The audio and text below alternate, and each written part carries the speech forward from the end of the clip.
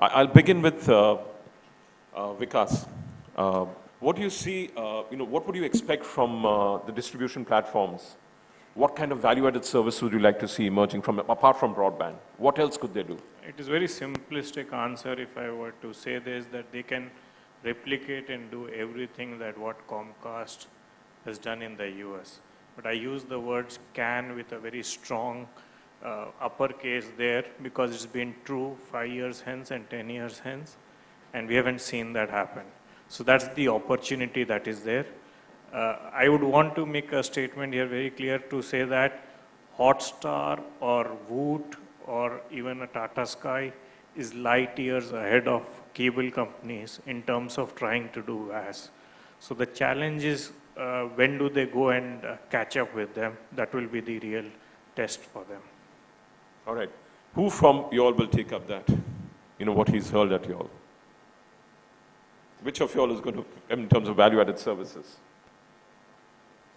Who amongst y'all is going to take what he has said, further comment on that? You started a OTT kind of a service but targeted at NRIs. You're a cable company, and you're a distribution platform. So is that value-added services as far as the perspective that he's coming up with? No, see, we are not, it's not just targeting the NRIs. I mean, it's basically, we believe that the number of screens is increasing in terms of compared to a TV screen, which is about 160 million in the country.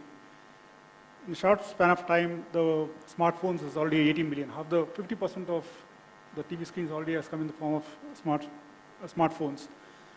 I think this is going to go up exponentially in the coming years. So this is an opportunity to deliver video beyond a TV screen. And then there's a lot of the TV screen with dumb screen. I mean, this is going to be much more live in terms of what we can provide in terms of interactivity, the time shifting, VOD. I think this brings a lot of opportunity. That's the reason. And the main thing is that it is boundaryless. We were a Kerala-based company for 20 years. We launched OTT a year back. If you look at our analysis for the downloads, it's reached 100 countries in a matter of 1 year, whereas 20 years it took us to be within one state in India. So there are a lot of advantages which we find and way forward what technology brings to the table. So we are looking at capturing the opportunities, and at the same time, there is also a threat coming from a lot of content companies are trying to bypass reaching the consumer directly. Like the broadcasters have their own OTT apps which they want to deliver to the consumer. So they say, in a way, it's a threat also to the cable companies that what will be your relevance if this platform is going to be a bigger platform than the cable platform. So all this is a huge opportunity which from my perspective and our perspective, and we are really trying to go in a big way to address this opportunity. Yeah. As you've been delivering broadband, what else have you been doing in terms of reaching out? Because he says he'd like to see everything that Comcast does in India. But he says that's with a big question mark right now. Look, on the OTT side, and that's the specific subject you raised, it's not that simple actually. So if you see on OTT, so like Shankar said, so SNet has done its OTT, Tata Sky has done its OTT, so the distribution guys are doing OTT, the broadcasters are doing OTT, you have Hotstar, then you have third-party aggregators who are also doing OTT. So you have Netflix and you have many others. Now, I think the OTT is not very critical for the distribution space, because this is what I keep telling the investors and analysts when I meet. I don't mind if my consumer using my broadband and watching Tata Sky OTT. If a consumer disconnects my digital TV and subscribes to a Tata Sky OTT, who is my competitor, and uses my pipe. So in our view, the distribution is a pipe. Distribution is a pipe, and consumer will use that pipe to get content from anyone. It's not essential for a distribution guy to do OTT. I get that, but in terms of value-added services, the cable TV ecosystem and other alternatives hasn't really. Tony was talking about medical, education, health. So have we really, and those are monetizable. Correct me if you're talking about going in that direction. Yeah. So has the cable industry really gone there? DTH is having a lot of value-added services. We can subscribe to additionally. Hathaway has just started a divine service. They're trying to get advertising revenue out of it. So cable and... I'll tell you, let's understand what is the strength of cable. The strength of cable is localized content. And we all do that. Like in my network, I have a fixed camera, fixed on a temple, where 24 hours a consumer can have a darshan of that local temple. Okay, so that's something which others cannot provide. Now, I have an example from USA market that there is a channel dedicated to an aquarium. So if you want to see the aquarium, so you can just go to that channel on your cable network and watch it. There is a camera fixed on a particular traffic square, which I also do. So those are the content. Those are the content. But the point I was making is that the cable guys don't need to do this content. Cable guys need to provide the right quality pipe so that anybody's content can actually travel. So if a cable guy is not doing OTT, all of us are trying to do some of, like he has already done, we are also in the process of doing, but that's not critical from a cable perspective. From cable perspective, what I think is critical, you provide the right quality pipe, you provide the right quality speed, you give 10 MB, 20 MB speed, and let OTT be done by Hotstar, let OTT be done by Star, let OTT be done by G, let Netflix come here, let even Tata Sky come here. We don't mind. So our focus is, from my perspective, my focus is to build and maintain a right quality pipe which can be used for any kind of content provided by any kind of people. That's the focus. Can I just interject here, Bibu, because I'm referring back to what yesterday we were talking about, and SN Sharma mentioned that the biggest threat to the industry today, to the entire business, is not so much the last mile connectivity, it's the mobile handset. That today people are consuming more and more on the mobile handset or on the device. Now you have a unique model where of course you've got pretty much the last mile all the way to the home. But considering that you've got a 50% home pass, I mean you've got what, 600,000 out of 1.2 million homes pass, 600,000 are your customers. Others have probably 1:4 or 1:5 ratio. Won't OTT, as in I'm talking about even a white label service, benefit you, considering that then you not only have the pipe, but you also have entered the home? Wouldn't that really benefit you in terms of a cable platform? Look, yes, it will. It will. I can exaggerate to make it a point that if I'm going to say 800,000 homes, it's not 600,000. So the penetration ratio is 60%. So almost 800,000 on 1.2 million. I can exaggerate and make a point that yes, my consumers also eat chicken masala. So why can't I give chicken masala? So the point is not that. Yes, it will benefit if I give, but let's understand what's the core. The point I was making is what's my core strength. My core strength is I will give you best quality pipe. I will give you the best speed, and let the experts, the content experts are not Hathaway, Dane, City Cable, Otel. The content experts are Star, G, Sony, Viacom. Let them bring content in whichever form they want. Whether they bring it in form of a analog, whether they bring in form of a digital TV, or whether they bring in form of a OTT or a standalone portal, or in whichever form, my focus is to provide the right quality pipe. So, now you said handsets.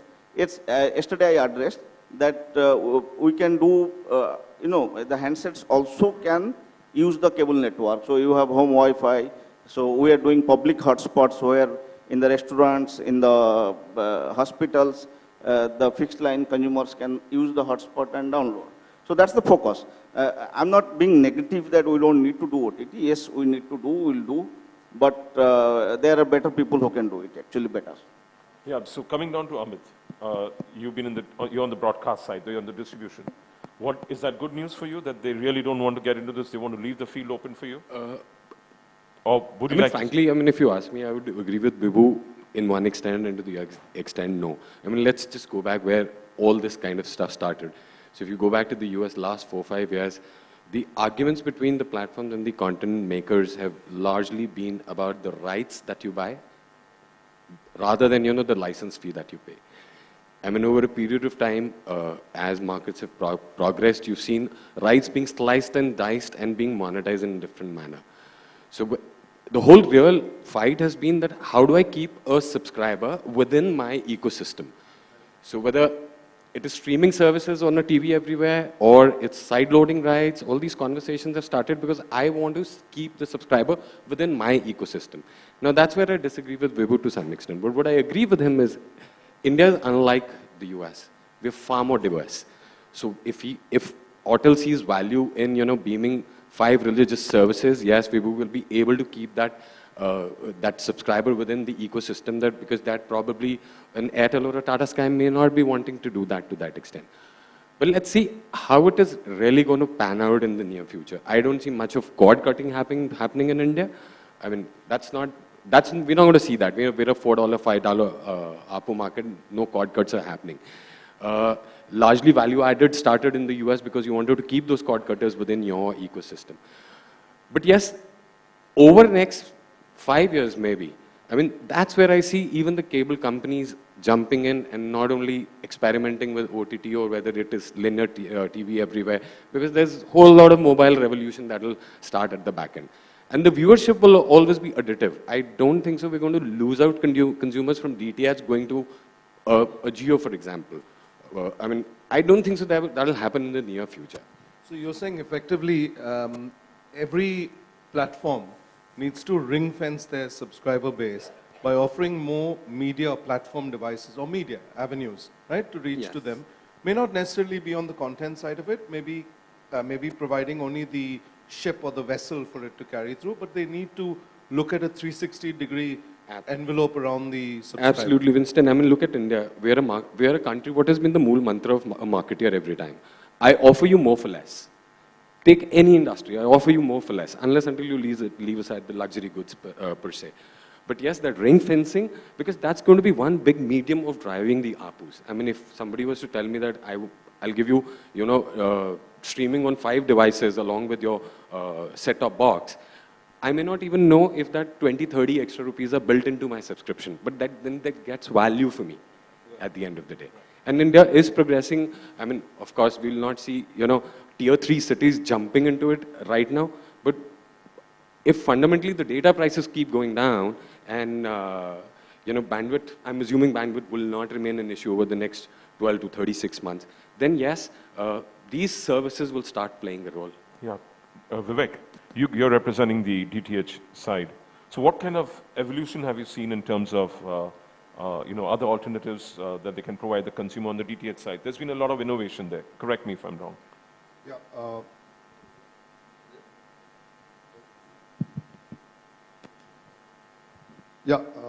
I think the revenues from subscription have been climbing slowly, but that's not enough. I mean, the DTH players, in fact, all the distributors have been subsidizing the service, they've been subsidizing the box, and they really need to move to other revenue sources, and which is where new business models need to be brought out by the distributors themselves. So you need to have value-added services. You need to start multi-stream in the home, and DTH players have been moving in that direction. You have Tata Sky, you have Airtel, and Videocon. All of them have started working on reverse path applications and value-added services, and this is what's the future. Right, but is that going to be restricted to DTH, or should it also go with the I believe MSOs? cable is in a position to actually challenge DTH, but somehow they're not rising to the occasion. Yeah, so Shaji, the ball's in your court now. Cable is ready to challenge DTH. Are you ready to challenge? I'll use this mic. Are you ready? Right now you're going for an IPO, so that's separate. Yeah, but first of all, a caveat that whatever I speak is on my personal behalf, but not pertaining to GDPR. Because the lawyers have sealed my lips. Absolutely. So this is purely from your own personal perspectives on the record. Yes. So, first of all, I need to agree with what Vikas said from my left side that we should be doing everything that Comscope is doing. Comcast is doing, and on my right side, Vibhurat saying that the strength of cable is local and the ability to provide the best thing through the pipe. However, the only things that I would disagree over here is that if Comcast is able to do something, I have no doubt that the cable TV in India will also do the same things. For example, what DTH has been able to do in 12 years of digitizing the cable industry, the cable operators whom we keep running down all the time, that they are uncultured and, various adjectives that we keep giving to them. We keep saying under declaration, leakage, all these negative words we keep thrusting all the time in all the discussions. But they have done it in 4 years. And I think that it's a big achievement. And if they can do digitization equal to DTH was 50 million and cable is today 50 million digital, they can very well take it to the next level of OTT and the value-added services. Today, Tata Sky and many of the DTH operators are offering high definition and 4K as value-added services.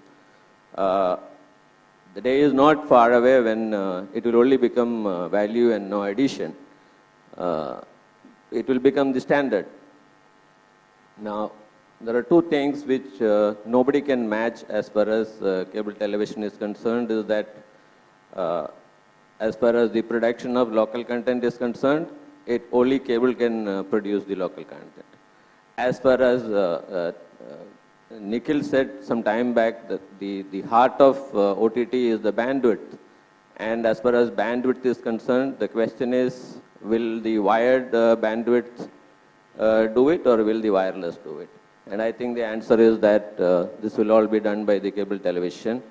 And I have no doubt that the entire cable industry in India is well poised for that, despite all the comments that we keep making and all the skepticism that are being expressed on the various forums. As far as also one comment from Wensley I would like to dwell upon is, I think Esten mentioned yesterday about the threat from handheld devices. Well, somewhere we are forgetting that these are two different segments altogether. The big screen and the handheld device are two separate segments altogether. The handheld devices only bring more viewers who are not on the big screen, but there is no questioning the superiority of the big screen as long as you are the moment you are in front of the big screen takes over and the handheld device is put in the drawer. Yeah, but if I can continue in that direction. In a home, you have a kid. Let's look at the premium layer. You have a kid who's watching things on his tablet. You have another child who's watching it on his handphone while the TV set is on. So those things are really coming into the metro, especially. So if you look at what Den is doing, they've got an e-commerce site. They've started gaming. Hathway is doing its divine services. So it's important that the cable sector does look at using what they have. I mean, for instance, I don't know if you'd agree with me, Vikas. There's gaming, there's e-commerce, which could be enabled through cable. There's education from local classes, which is really a potential, going to local classes. Advertising revenues from repackaging archived old catalog, which is available. I know that a lot of the cable companies come into MIPCOM and MIPTV and they get the content and they create their own channels which are then being monetized. That entire thinking process needs to change. Yeah. Local channels, you could have marriage proposal shows going on, you could start that service, which is, I know it calls for a different mindset, but you're the best placed, the MSO and the LCO. There's buying and selling of locally, of old goods, which could happen in terms of, having that platform in place there, real estate, furniture, jobs, religious coverage, which is happening. And then, of course, offering OTT as a bundle for the other OTT players. I've said my bit. So I'm throwing this open to all of you all, Shaji, including just to add to what Anil's saying, the point that I was trying to make and taking off from what S.N. Sharma said about the mobile handsets, I was not saying about mobile handsets by itself, but all devices that don't require a wired connection. So the point is today our business, as in the entire cable business, is basically by and large premised on the last mile connectivity that we have all the way to the customer's home. The point is that consumption of content in that home and even down to the big television set can happen through means other than that wired pipe that we have.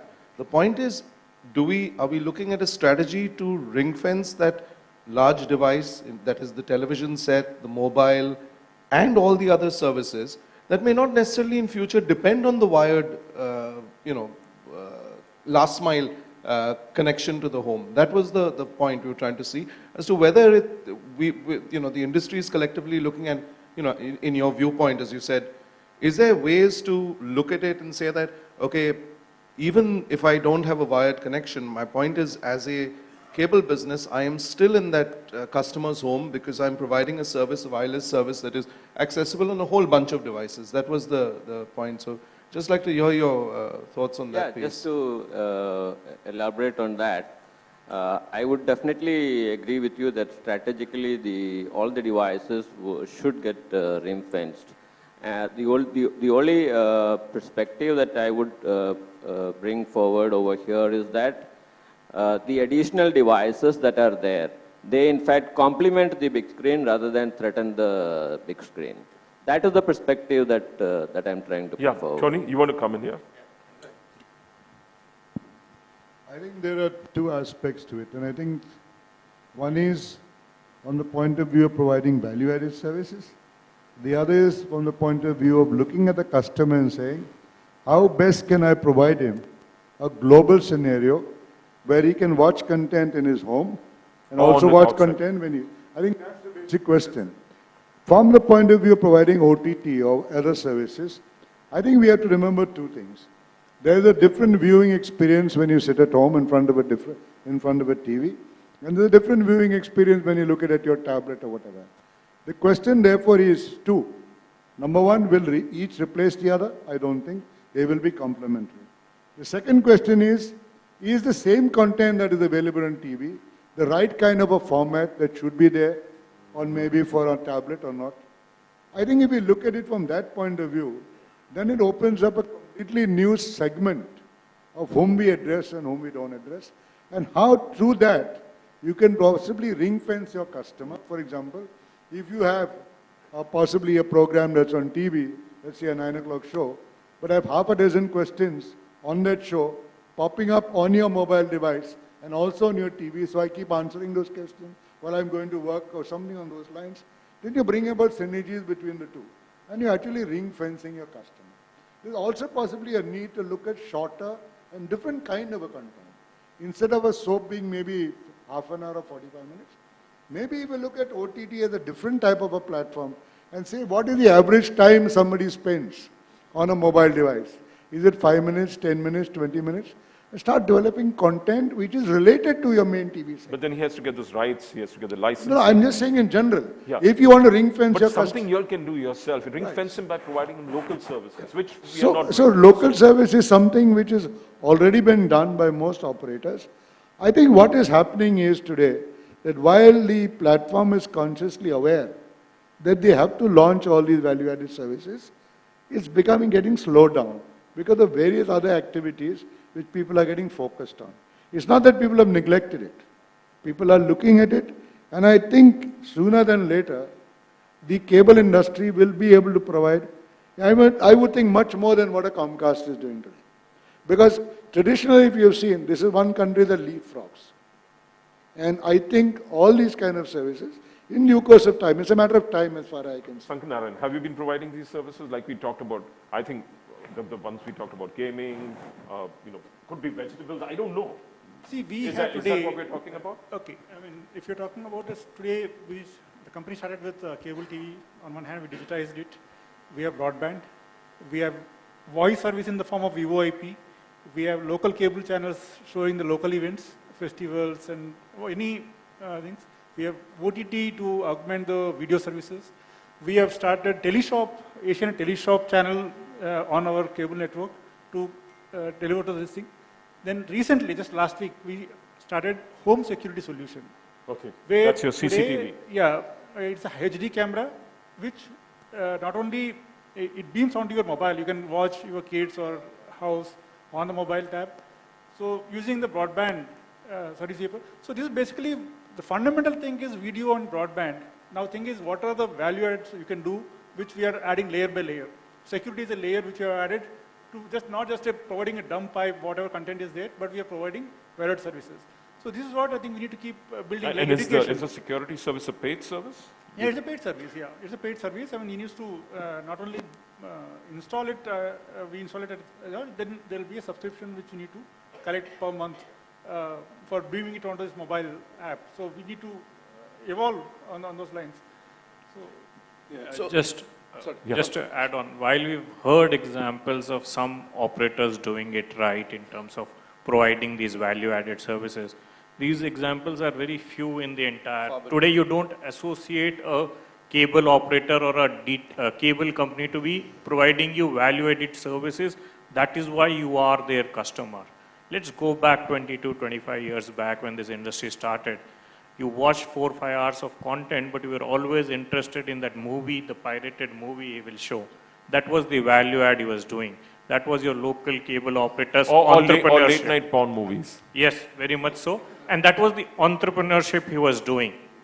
After 10 years, he has, instead of becoming an entrepreneur, just become a rent seeker. He has stopped doing anything for the last 10 to 15 years in terms of innovation.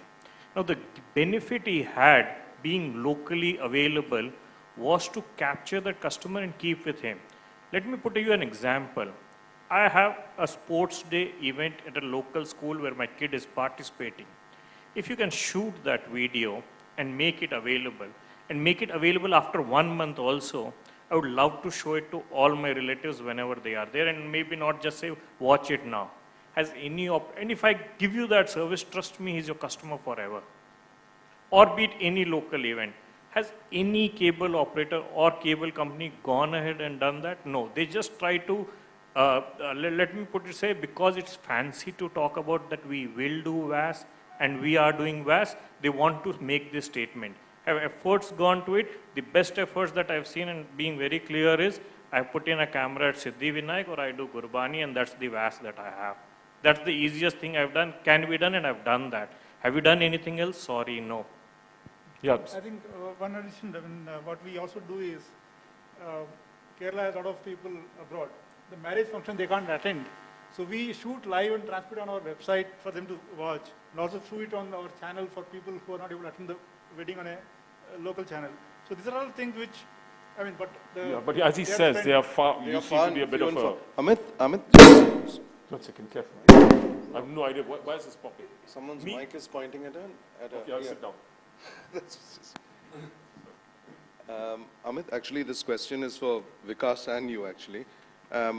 One is from a perspective of being in the distribution business, and obviously the critical thing from a distribution business is how do you keep on growing your revenues year after year? Because one is, of course, the organic growth that happens from seeking higher rates or whatever. But secondly is obviously increasing the pie. And the third piece is, of course, things like hyper-local, revenues that you can. Have you been looking at growing revenues that are hyper-local probably, right? I mean, what they're talking about from a value-added service perspective. Is there some way, do you see any activity that allows you to generate revenues? However small initially, hyper-local. And then to Vikash's point, do you see that piece as being really of consequence in the industry in the long term from creating value in the business? So why don't... Not really. I mean, as of now, from a hyper-local perspective, nothing much. But just one point that I wanted to add here was that maybe everybody knows about it, but one advantage that cable TV business has in India, most of the cable platforms are into broadband, and everybody's talking big broadband numbers. So you already have a broadband, you've got a cable TV connection there. I mean, catch up, binge viewing, box sets, it's already there. Time shift TV, all of that. Time shift. I mean, personally, I'm not a very firm believer of time shift TVs because of the digital revolution taking place. But there's certain areas which are just ready for exploitation. I mean, yesterday some MSO was talking about some aggressive, I read it somewhere, 4 million broadband subscribers. That's one area where DTH may not be able to, where cable has a competitive advantage over DTH. But all those rights need to be exploited. ARPUs can go up, consumers will see more value. We may be skeptical in terms of saying that everybody just wants linear services, but metros are already leading by examples. I mean, the top 40 cities, people are adapting to newer and newer streams and mediums to accept content, to view content. But wouldn't you look at, a strategy from your perspective to push this? Because assuming that you want to push your brands, wouldn't you look at actually partnering with the operators and saying, I'm just saying for a moment, stepping back and to Shaj's point that maybe, okay, the operators are not completely well versed with what's happening. So then if there's a broadcaster that believes that he has more bang for the buck in terms of content and strategy, have you looked at, probably approaching MSOs or LCOs saying, But see, the infrastructure investments will have to come from the platform really. Right. But the question of readiness in partnering for such rights which are available to us, and in terms of monetizing, those conversations absolutely open. From a TV18 perspective, I can say that we've been absolutely firmly open with people who want to get into more and more innovation and bring more value to the consumers. Absolutely open with that. Because, sorry, so... Okay, so VAS being meaningful in terms of your contribution, now there are two ways to look at it. One is to say how much money am I going to make, and if you talk to even Tata Sky who's trying to do a lot, it says it's very minimalistic that I get from VAS or all of these services. But let's look at another point. If it is reducing churn for you, if it is increasing stickiness for you, your value of that customer has increased multiple times. You have to, as a player, understand that is a subscriber with you just because you are the cheapest option or the only option available at that point of time, which I think is right now a strategy of most cable operators, or because they see value in your service and they love you for that reason and always want to be attached to cable irrespective of what a Jio, Tata Sky, Airtel offers. And that is when I can say for strength that there is a company which is holding ground today and will continue to do so forever. But is there a revenue upside, or is there a retention upside only? I would say the trouble with getting a revenue upside in India is not on the VAS side. And I've been always saying this. The fact that you're still charging 200 rupees is the problem. You would have already should have moved to 500 rupees. So the bigger cake lies in just moving your 200 to 500 rather than saying whether I'll add 10 rupees of VAS to that entire 200. That's not going to happen, or even if it happens, it's not meaningful. All exercise should be on just getting your ARPUs up. And I keep trying to say this, that for the last 10 years, everything in India has seen inflation, be it your movie ticket prices, everything. The only thing that's not seen inflation is your cable bills. And remember, now you have Shah Rukh Khan coming every 2-3 months live on TV on some show or the other. There is at least 400 more movies that are available, or rather say 400 hours of movies that are available, which was not available 10 years ago, and the prices or amount you are collecting is still the same or nearly the same. So the problem lies on ARPU in trying to solve everything, and then it goes backward into everything that I don't have monies to invest, and then I am also fighting in how much I'm going to share with each of the parties. Therefore, the problem is, so to answer or to talk about Tony's comment that everybody in the ecosystem should benefit from digitization, I would say everybody other than the consumer who has had the benefit for too long. So it's time for him to pay up. You have to all come together and say, please pay up. We have been giving you too much of stuff for too less for a long while. You're the new spokesperson for the industry. I've been that for quite some time. So because I don't want to get into the second part of your comment on ARPU, we had it enough yesterday. But coming back to the first part and Anil's intervention, whether it is a revenue upside or a retention upside, it's actually, it's more of a retention and more of like differentiation. And cable is in a position to do that. For example, one of the things I do is every town I'm present, so there is a so every town I'm present, there is a news channel. So it's called City Plus. So if you go to Bhubaneswar, Bhubaneswar has a dedicated news channel. Cuttack has a dedicated, every town has a different news. So you have national news at one level, you have state news at one level, which are satellite channels. Then you have a cable guy who is doing the channel. So that's the advantage in cable, which cable can do. But my point is, do I need to do it? Or somebody else need to do it and carry it on my pipe? I personally prefer that let somebody else do it, and I have a fat pipe, I can carry all those. So every town can have a news channel, and you know all the stuffs you spoke, those are actually best done on cable. And some of us have done some of the things, the rest of the things will come. But there is quite a bit happening on the ground. So there's opportunity for a third-party provider who looks at this. And not many people have been looking at it. And can cable become the third-party provider which then delivers it to others? There are some movie channels which are being distributed, there's Cine Classic. There are those movies channels which are being distributed primarily on cable, not via satellite. Exactly. This is what, I have been trying to elaborate also. That while Biburat says that let the third party do it, I would be one of those third parties.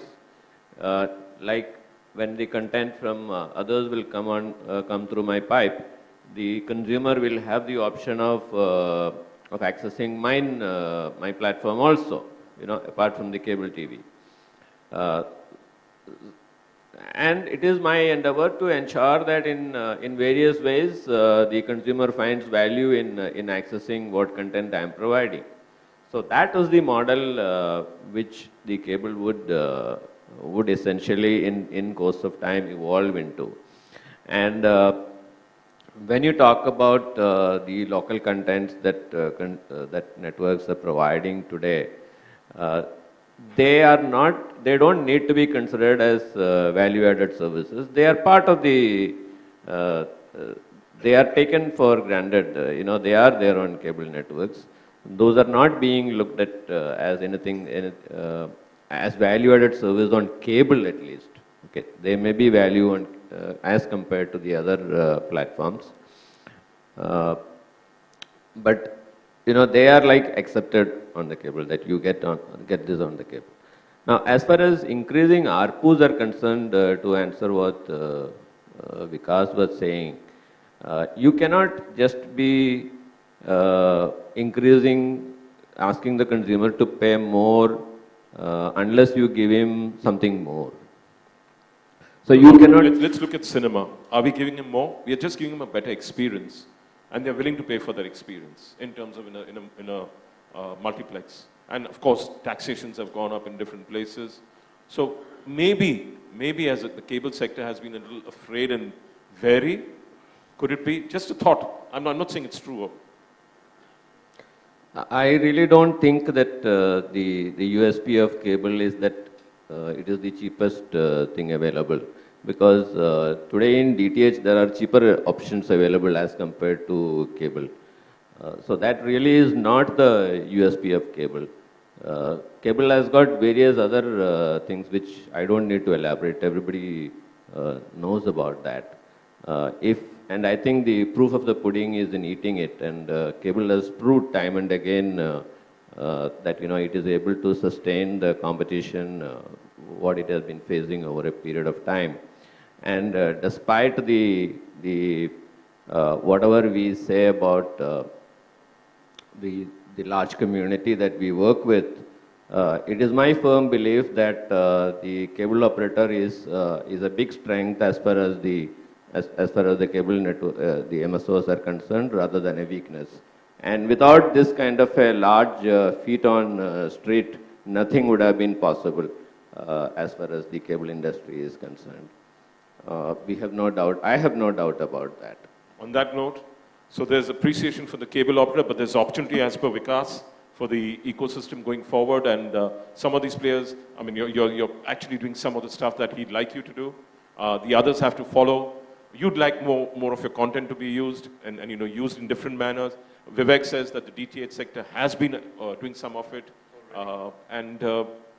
With that, let's call it a close. And he's going to continue to provide the pipe. I'm happy. I hope some third-party entrepreneur creates a service which can ride on your pipe and actually maybe revenue shares, help you monetize your pipe better. And Shahji, all praise for the local cable operator, and all the best for your IPO, and all the best to the sector. Thank you very much. A big round of applause to them. Thank you.